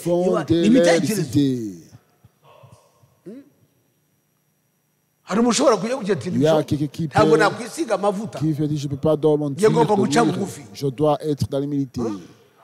ntabwo najya gutya je ne peux pas icyo gihe rero n'abanyabwenge bashobora kugusoma bakagira donc peuvent donc te lire. sinzi umusore umwe kera il y a une sœur dans le temps niba kayiganwa byibuka yari yambaye ikanzu elle portait le jupe irimo intuza sinzi yari idoze qui était ngo yadoze ngo ni imishono ya kidayimoni la couture udaramubwira mama wacu yari ati ututurinda utungutu turimo les pluies que tu as mis là aburi cyavuga utungutu ko turimo mu yawe il y a les pluies dans ta jupe. abantu bihangira il y a des gens qui se font ariko bene data bashiki banje nituhagarara neza mu byanditswe byera tenons bien dans les saints écritures daimoni yimwe aucun démon ne peut nous envahir. Ok, démon jamais. So, non, niyo mpamvu rero. Alors c'est pourquoi. Ahangaha itorero ry'intumwa. L'église des apôtres. Pierre fait partie de ceux auxquels le Seigneur a été ses ordres dans Matthieu 28. Petero ni umwe mu bo umwami yahaye ayo mabwiriza n'ayo mategeko muri Matayo 28. Il est celui auquel le Seigneur Jésus a confié les clés du royaume des cieux. Niwe umwami yahaye imfunguzo z'ubwami bw'ijuru. C'est-à-dire qu'il avait accès à tout ce qui concerne le royaume de Dieu. Bivuze ko yari afite uruhare ku birebana n'ubwami bw'ijuru byose. Petero rero wahawe imfunguzo. A été donné la clé. noneho rero alors iyo tuvuga ngo izo mfunguzo iyo umuntu afite imfunguzo uba ufite ugafungura uba ufite accès mu bintu birimo ufite uburenganzira mu bintu birimo à l'intérieur de la maison ugakingura ukijira ibintu birimo byose ufite uburenganzira bwo kubibona kubikoraho kubitwara se byose Petero nawe yahawe arafungura ati no niba ari ibyo mwese mwihane umuntu wese yizere abatizwe mu izina rya Yesu Kristo uko niko gukingura. Voilà la clé. Quand vous allez entrer, vous serez pardonné de vos péchés. mwene data na mushiki wanyu hagati yacu hari abanyabyaha bagihari hari abanyantege bagihari ariko kubera yuko bafunguriwe igihe icyo ari cyo cyose ubahimbaza Imana ati nanesheje ejo nagahimbaza Imana ati nanesheje kuko wizeye ugakingurirwa. La porte a été ouverte. Intege nke la faiblesse Imana iti no Dieu dit non. Je ne mets pas de faiblesse. Il va apporter la parole. Il va te donner la force de prier et de repentance. Mais l'important c'est être ouvert. Et que tu sois baptisé au nom de Jésus-Christ. Parce que ce nom, quand vous l'évoquez, étant baptisé dans ce nom, vous portez son nom. Vous êtes son trésor. Vous êtes son trésor. Amina. Amen. Dans l'instant, c'est ça le numéro de téléphone. Jésus. Dans l'instant. Il y a des gens qui parlent. Dieu voit. Si vous le dites avec révélation, vous le dites cela sortant tout. Est-ce que vous portez son nom? Est-ce que vous avez écrit à son nom? Quand vous avez écrit son nom, vous croyez à l'action de Golgotha à la croix. Alors s'il n'a pas cru à cette action, Dieu ne peut pas t'exaucer. Le chant qui dit une seule fois, même son.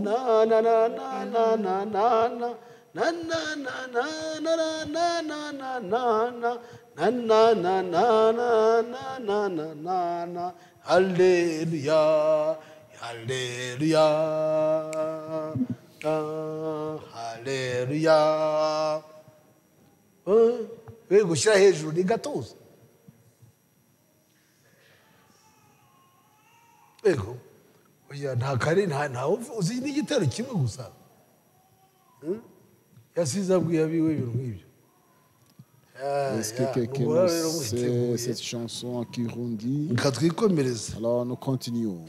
Nuko noneho rero niyo mpamvu tubona neza yuko ahangaha rero mwene data ari mushiki wanjye nawe niba utarabatizwa mu izina rya Yesu Kristo encore être baptisé dans le nom de Jésus. Que feront nos frères? Et puis leur dit répandez-vous et que chacun de vous soit baptisé au nom de Jésus-Christ. Petero arababwira ati mwihane buri wese abatizwe mu izina ry'umwami wacu Yesu Kristo en rémission des péchés, kugira ngo mubashe kubabarirwa ibyaha byanyu. Ibyakozwe n'umwa igice cya Actes des Apôtres chapitre 2. Kugira ngo mubabarirwe ibyaha, pour la rémission de vos péchés, vous devez être baptisés dans son nom. Kugira ngo mubabarirwe ibyaha, pour avoir la rémission de vos péchés. Vous devez être baptisés dans son nom. Les gens qui n'ont pas été baptisés, vous avez toujours vos péchés devant vous. C'est pourquoi mon frère et ma soeur, ici, c'était Dieu nous dit, le prophète, le temps court.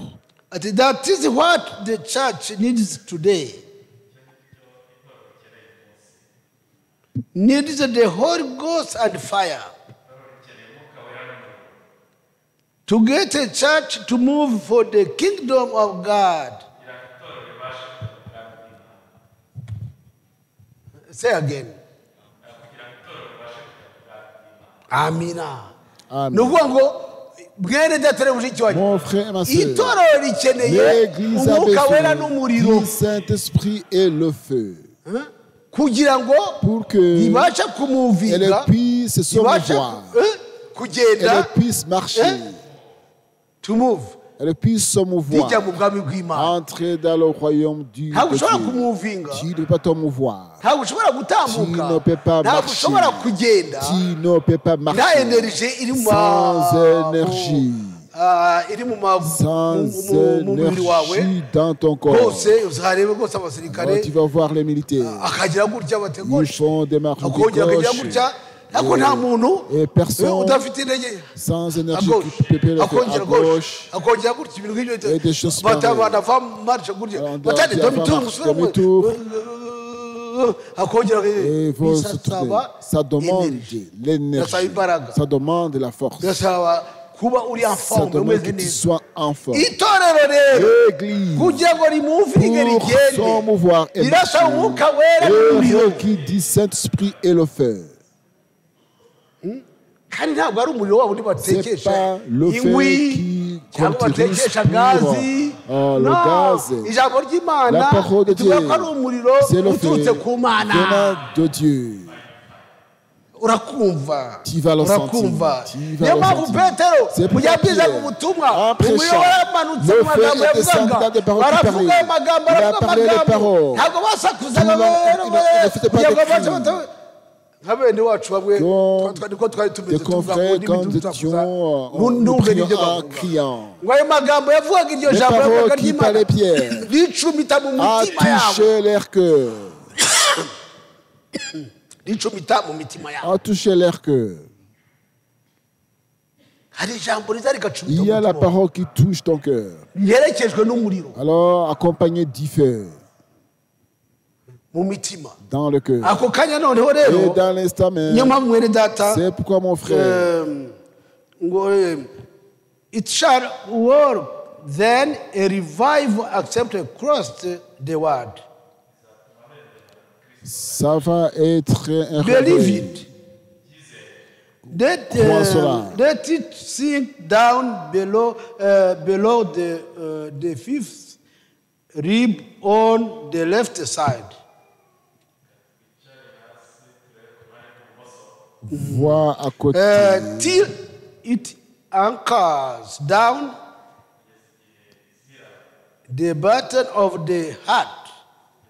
Jusqu'à ce que ça va entrer au fond du cœur. Floods of joy will spring up. Et la joie du salut va donc ressortir. And joy unspeakable and full of glory. Et la joie va porter la gloire. Amen, amen, amen. Amen. And the whole Spirit will make you sing. Et le Saint-Esprit va te faire Amen, chanter. amen. Fill my way every day with love. As I walk with the evening dove. Amen, amen. It shall do something to you. What we need, it shall put energy in there. Ça va te donner de l'énergie. It shall do something for you. Ça va te faire quelque chose. And the blood brings the fire. Et le sang va donner The sacrifice was offered by fire. Le sacrifice était offert par le Amen, feu. amen. Amen. Murabyumva? Vous voyez. Alors, le feu est important. Si le sacrifice, il y avait le feu. Le temps de Pentecôte, le feu est descendu. Dans l'Ancien Testament, Dieu parlait au travers le feu. Deutéronome chapitre 13. Dans l'Ancien Testament, Dieu était dessus de la montagne avec le feu. Dieu utilise le feu. Comme on a entendu cela vendredi passé. Alors si le feu était en toi, venez en courant dans l'assemblée, venez t'agenouiller pour que tu puisses donc allumer le feu en toi. Sans le feu, tu ne peux pas abandonner le péché. Non. Sans le feu, tu ne peux pas abandonner tes faiblesses. Sans le feu, le feu, Dieu travaille à travers le feu, il s'assoit au milieu du feu. Voilà ce que nous voulons. Voilà ce que nous voulons. C'est sa parole. C'est pourquoi mon frère et ma soeur, que Dieu nous vienne en aide, que Dieu nous aide pour qu'il puisse nous épargner de son temps qui est fâché. Alors la parole de Dieu dit, il y a d'autres gens qui ont le feu. Alors d'autres, ces gens-là, nous ne prenons pas ceux d'eux. Ils peuvent avoir des émotions. Des émotions. Et ces émotions-là existent pour des gens qui prient, qui est un bon coup. Dans le temps passé, nous faisions des prières nocturnes. Les veillées de prière. Et puis on venait. Les gens venaient. Alors les jeunes, approchez-vous d'ici. Approchez-vous d'ici. Alors mettez-vous ici. Et toi, sœur, approchez-toi d'ici, ici, celle. On faisait le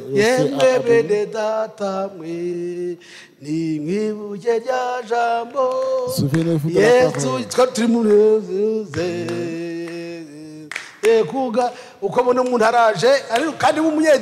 Une personne de domination venait. Il chantait devant, il sait. Uwo muriro agaca mu bahungu passait par les hommes, les garçons. Il voyait où se trouve la sœur, l'enfant. Alors on commençait à danser devant l'enfant. Alors quelle sorte de feu-là? C'est pas bon. Le feu de Dieu est autosuffisant. Il n'y a pas d'émotion. Non. Le feu de Dieu, quand il descend, n'apporte pas de faiblesse.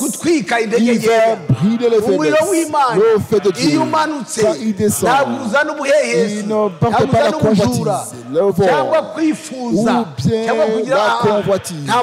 Il n'y a pas d'émotion. Le feu de Dieu, quand il descend, il va brûler toutes ces choses. Oui. On va dire le salut est dur. Non. C'est que tu es dans la chair. Cherchez le feu. Pour brûler.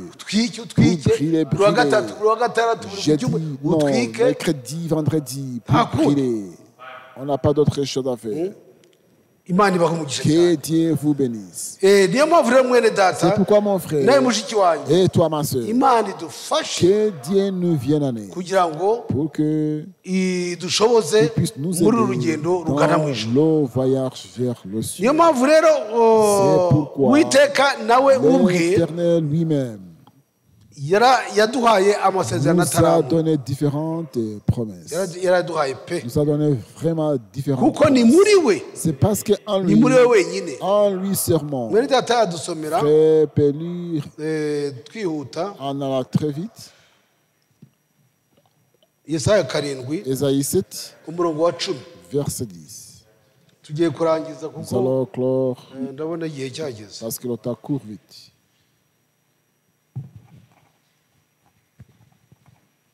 Uwiteka yongera kubwira Ahazi ati saba Uwiteka Imana yawe ikimenyetso usabe iki kuzimu cyangwa icyo hejuru mu kirere. Ariko Ahazi aravuga ati ntacyo nsaba singiye kugerageza Uwiteka. Yesaya aravuga ati nimwumve yemwe mwa muryango wa Dawidi mwe murushya abantu mukabona biboroheye none murashaka no kurushya Imana yanjye nayo. Nicyo kizatuma Uwiteka ubwe ari we uzabihera ikimenyetso. Dore umwari azasama inda azabyara umwana w'umuhungu amwita izina Emmanuel. Amata n'ubuki nibyo bizamutunga kugeza aho azamenyera ubwenge bwo kwanga ibibi agakunda ibyiza. Kuko uwo mwana ataramenya ubwenge bwo kwanga ibibi ngo akunde ibyiza, igihugu cy'abo bami bombi wazinutswe kizatabwa. Amen. Dusomera nanone Abakorinto ba mbere 1 Corinthiens umurongo igice cya 13 1 Corinthiens 13 igice cya gatatu umurongo wa 13 1 Corinthiens 3 verset 13.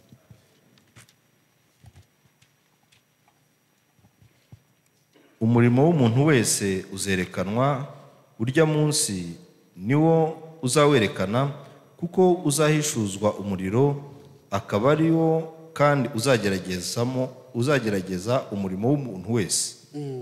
Umurimo w'umuntu uwo yubatse kuri urwo rufatiro nugumaho azahabwa ingororano, ariko umurimo w'umuntu nushya azabura inyungu, nyamara ubwe azakizwa ariko nk'ukuwe mu muriro.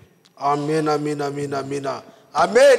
Amen. Nirekana tugire vuba hakiri kare bene data, tujye imbere y'Imana dusaba Imana, turire Imana, prier à Dieu comme nous nous assemblons, qu'on fait un pas.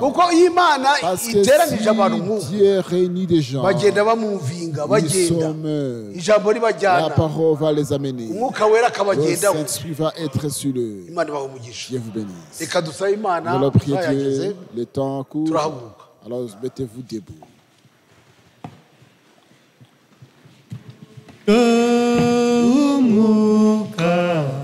Iwake mitorero umuriro muka niwake mitorero niwake mitorero abanyantege nke babona imbaraga umuriro umuka niwake mwitorero niwake mwitorero abana b'Imana babona imbaraga umuriro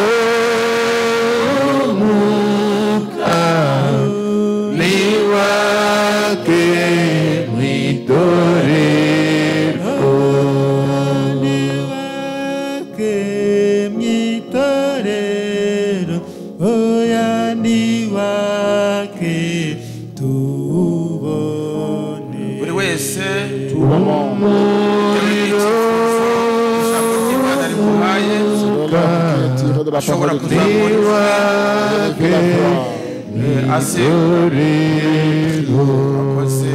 urakoze mana y'icyubahiro databuja umutangabugingo ishimwe n'icyubahiro bikugarukire ku bw'ijambo ryawe ryongeye kubaka ubugingo bwacu no kubuzana kubera ko uri Imana igira neza. Witeka Imana igira neza, umuriro wawe ijambo ryawe niwe wenyine databuja mwami ubasha kudufasha muri uru rugendo. Nta kintu na kimwe dushoboye, ariko icyo tuzi ni uko ari wowe Mana ishobora byose. Ukomeze gukora umurimo wawe kandi wigaragaze ubuntu bwawe n'urukundo rwawe mu izina rya Yesu Kristo yashima. Urakoze, urakoze Mana y'icyubahiro databuja mutangabugingo, turagushimiye kubw'ijambo ryawe n'ukuri databuja ryongeye kutwibutsa, rikomeza kutwibutsa yuko tugomba kugira umuriro.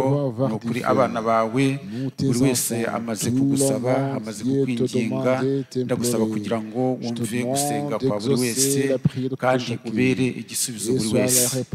Buri wese uzi ubukene bwe bwo mu mwuka no mu mubiri, ndagusaba kugira ngo databuja utange imbaraga z'umwuka kuri buri wese, utange imbaraga z'urugendo kuri buri wese, kugira ngo izina ryawe rikomeze rihabwe icyubahiro. Witeka Mana igira neza, ukomeze kutuneshereza muri uru rugendo, ukomeze kutugenera ibyo ubona ko bidukwiriye, mu izina rya Yesu Kristo bidushima. Amen. Imana yacu ishimwe kandi yimbazwe kandi Imana iha umugisha umushumba ku bw'ijambo ry'Imana rimaze gutambuka, ryongera kubaka no gusana ubugingo bwacu. Kandi Imana imuha umugisha no kubw'ubuhamya izatwumvise. Imana yacu ishimwe kandi himbazwe, kubera ko Imana yacu ikorera hose. Ahari wenda uwo mwene data wakorewe ibyo yabawe cyangwa se umuryango ashobora kuba ari nari hano, akibuza atari ko se kubera ko kiriya kintu ko nari nzi ko ari icyanjye, wenda nawe twari turi kumwe hariya, buriya byari ngombwa kubivugira mu iteraniro. ici et dans l'assemblée de Dieu. ariko biba byakagombye kumushimisha Alors c'est vraiment celui kubera de la yuko joie. ibyamubayeho Parce que tout ce qui s'est fait à lui byunguye n'abandi donne l'intérêt aux cyangwa se byubatse à n'abandi. ériger des autres gens. Imana yacu ishimwe kandi Notre Dieu soit himbazwe loué et exalté. kandi nabo rwose Imana ibaho Et cette umugisha famille-là, que Dieu les bénisse. muri byose En dushima toutes Imana. choses, nous rendons grâce niyo à mpamvu Dieu. ubuhamya nabwo C'est aba ari pourquoi ngombwa le témoignage est très kuko ntabwo aba important. butanze ko kugira ngo C'est yigaragaze pas cyangwa donné pour yishimishe se glorifier, ahubwo ni ukugira ngo mais c'est pour twubakwe que nous puissions être érigés cyangwa se twunguke ou bien avoir kubera l'intérêt, ko duteranira parce kunguka. que nous nous réunissons pour avoir l'intérêt. reka nsoreza Alors je clore par-ci. kandi harimo ibanga, Il y a aussi un secret. harimo ibanga. Il y a un secret. buri wese Tout le uko monde ayobowe n'umwuka conduit w'Imana selon le Saint-Esprit ajya akora icyiza, qui fait ce qui est bon. kuko mbere Parce que avant, hatambwaga ibitambo les by'ibimasa sacrifices de by'intama des n'ibindi bitari moutons, bimwe, des brebis, des choses pareilles étaient ariko uyu offertes. munsi Mais aujourd'hui, umva ibanga. voilà le secret. uyu munsi Aujourd'hui, Pawulo yaranditse aravuga ngo Paul a écrit disant, kugira neza no kugira ubuntu fais la bienveillance et l'action de grâce, ntimukabyirengagize ne l'abandonnez kuko pas. bene ibyo bitambo Parce ari que byo ces Uwiteka sacrifices, yishimira. voilà ce qui emporte la grâce de Dieu. urumva se nubwo Alors, yari ari muri gereza il était atari afite en ibanga, prison, mais avec un secret. ibanga ryo Le gukora neza, secret de faire ibanga la bienveillance. ariko biturutse hehe? Venant d'où byose tous biturutse mu venant gusigirwa icyo kintu, de l'onction de cette action. kuko burya ni byiza ko Parce ukora que c'est ikintu bon de ugisigiye faire wumva l'action uyobowe avec n'Imana. l'onction conduite par Dieu. niyo mpamvu tutaba abantu C'est bigana, pourquoi on ne peut pas imiter. ntabwo twigana. nibyo Nous ijambo n'imitons ry'Imana rivuga pas. ngo La parole de Dieu mwigane dit icyiza, imitez ce qui est bon. ariko Mais umwuka wera le niwe Saint-Esprit, uyobora c'est lui abana qui bayo. conduit ses enfants. abana b'Imana Les bayoborwa enfants n'umwuka de Dieu w'Imana. sont conduits par le kubw'ibyo rero Saint-Esprit. Imana Pour ibaha cela, umugisha, que Dieu vous reka bénisse. tudatinze Sans trop tarder, baduterera akarimbo kagufiya qu'on dusoza, entende un chant pour hanyuma pasiteri clôturer. Sharire arazamura Et ijwi frère Charles va ashimira élever ku la byabereye voix hano no pour remercier toutes gutandukana. choses qui a fait ese ici bene et data le bo mu départ. iteraniro rikurikira tubashyikirize intashyo. Vous nous chargez de cette Imana offre ibaha umugisha, du kubera d'être yuko critique. abantu ntabwo babonana kubera Déjà, amateraniro sont pas atandukanye dans bakamara différents cultes. nk'amezi angahe, Il y a quelques ariko mois, byose mais turabishimira tout Imana nous rendons grâce à Dieu. n'uyu mwanya mwiza yaduhaye wo Cette guterana, grande nubwo duterana muri ubwo occasion buryo de nous bugoranye, ariko rassembler, nabyo turabishimira Imana nous kuko rendons ntabwo grâce turi à indashima. Dieu, parce que nous Imana ibaha on n'est umugisha pas mushobora ingrats. guhaguruka. Dieu vous bénisse. Uri mana mana, uri mana mana, uri mana mana, uri mana mana, uri mana mana, uri mana mana, uri mana mana, uri mana mana, uri manikora ngitorero ryayo nakikunanira naindi mana nkawe, mana mana we.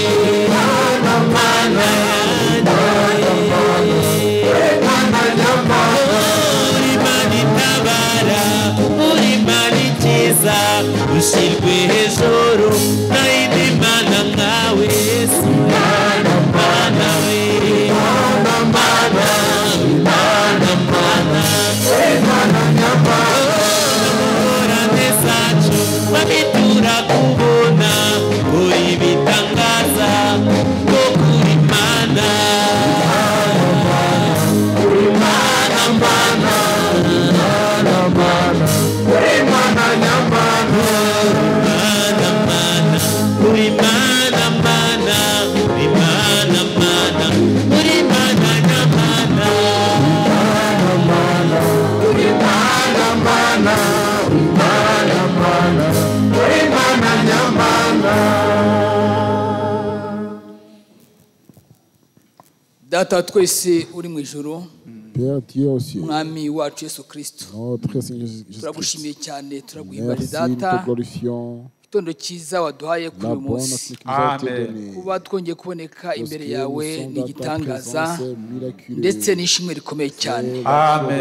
Twongeye kuza gushengera nk'Imana hagati yacu, nawe twakumvise kuko ntabwo adutererana. Unyuriye umugaragu wawe twumvise ijambo rivuga ngo ni ngombwa umuriro. Uravuze uti muzabatirishwa amazi ariko nzabatirisha umuriro. Umuriro ni ngombwa mu buzima bwa Gikristo, niwo uhindura, niwe utanga imbaraga, niwe ushyira ku murongo buri wese agasa nk'uko ushaka.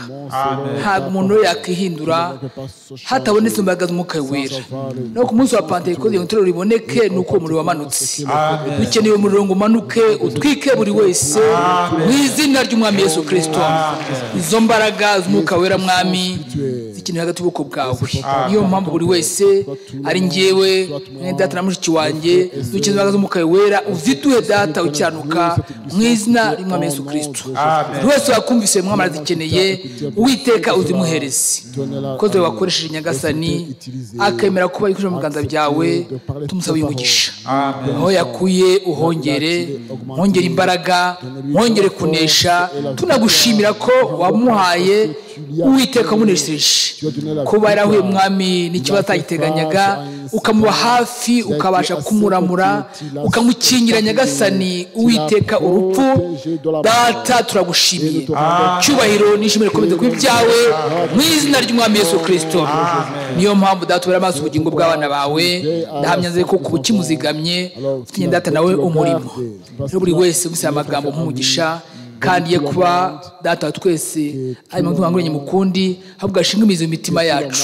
Twere imbuto Mwami z'ijambo ryawe, uturinde kuyakerensa, ahubwo tuyakene n'umutima ukunze, maze aya magambo y'impamba abe imbaraga, abe kunesha. Umugisha watangije, umugisha wumvise, umugisha wabwirije, umugisha wasabungishije ijambo, kandi Mwami ubwo dushoje wowe ukomeze. Ubwo tugiye gutandukana rero, buri wese hagiye umuhere takara muri Mwuka Mwami wese azirikane mugenzi we. Wese hagati yacu abagiye amajyepfo, amajyaruguru, Kazuba, Burengerazuba, Uwiteka twese uduherekeze. Abagenda mu modoka yakozwe n'abantu ufate vora, kandi n'amaguru barinde gutitara. Imbaraga z'umwanzi wazatugenza turazamaganye mu izina ry'Umwami Yesu Kristo. Aya magambo atubera impamba rero, n'abakurikiraho kumva ijambo ryawe data, ubane kandi ubiteho. Byambaje kandi nanishima, shima cya zina ryawe mu izina ry'Umucunguzi wacu Yesu Kristo. Amen. Amen. Imana yacu ishimwe kandi himbazwe. Turimo turasiganwa n'igihe, ntabwo twabajije ese hari uwaba akeneye umubatizo mu izina rya Yesu Kristo. Niba hari ahaguruka kugira ngo bamufashe, niba hari ndabona ntawe. Iteraniro ryacu ryo muri kano kanya rirashoje. Mujyane n'amahoro y'Umwami wacu Yesu Kristo. Naho kuwa gatatu Umwami nabishaka. Imana ibahe umugisha.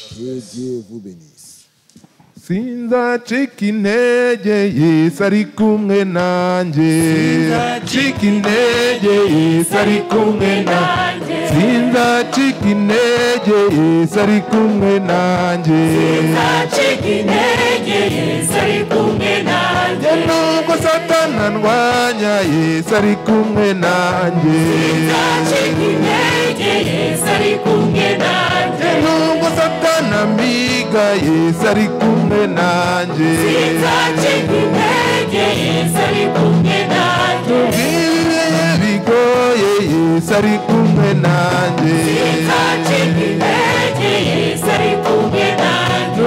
Intambara ari nyinshi, Yesu ari kumwe nanjye. Sinzacika intege, Yesu ari kumwe nanjye. Yesu ari kumwe nanjye.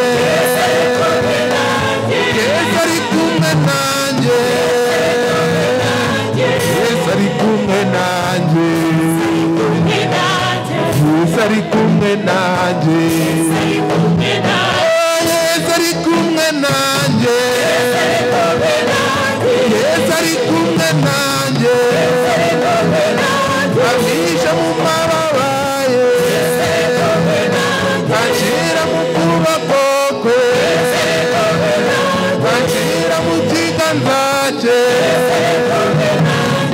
Yesu ari kumwe nanjye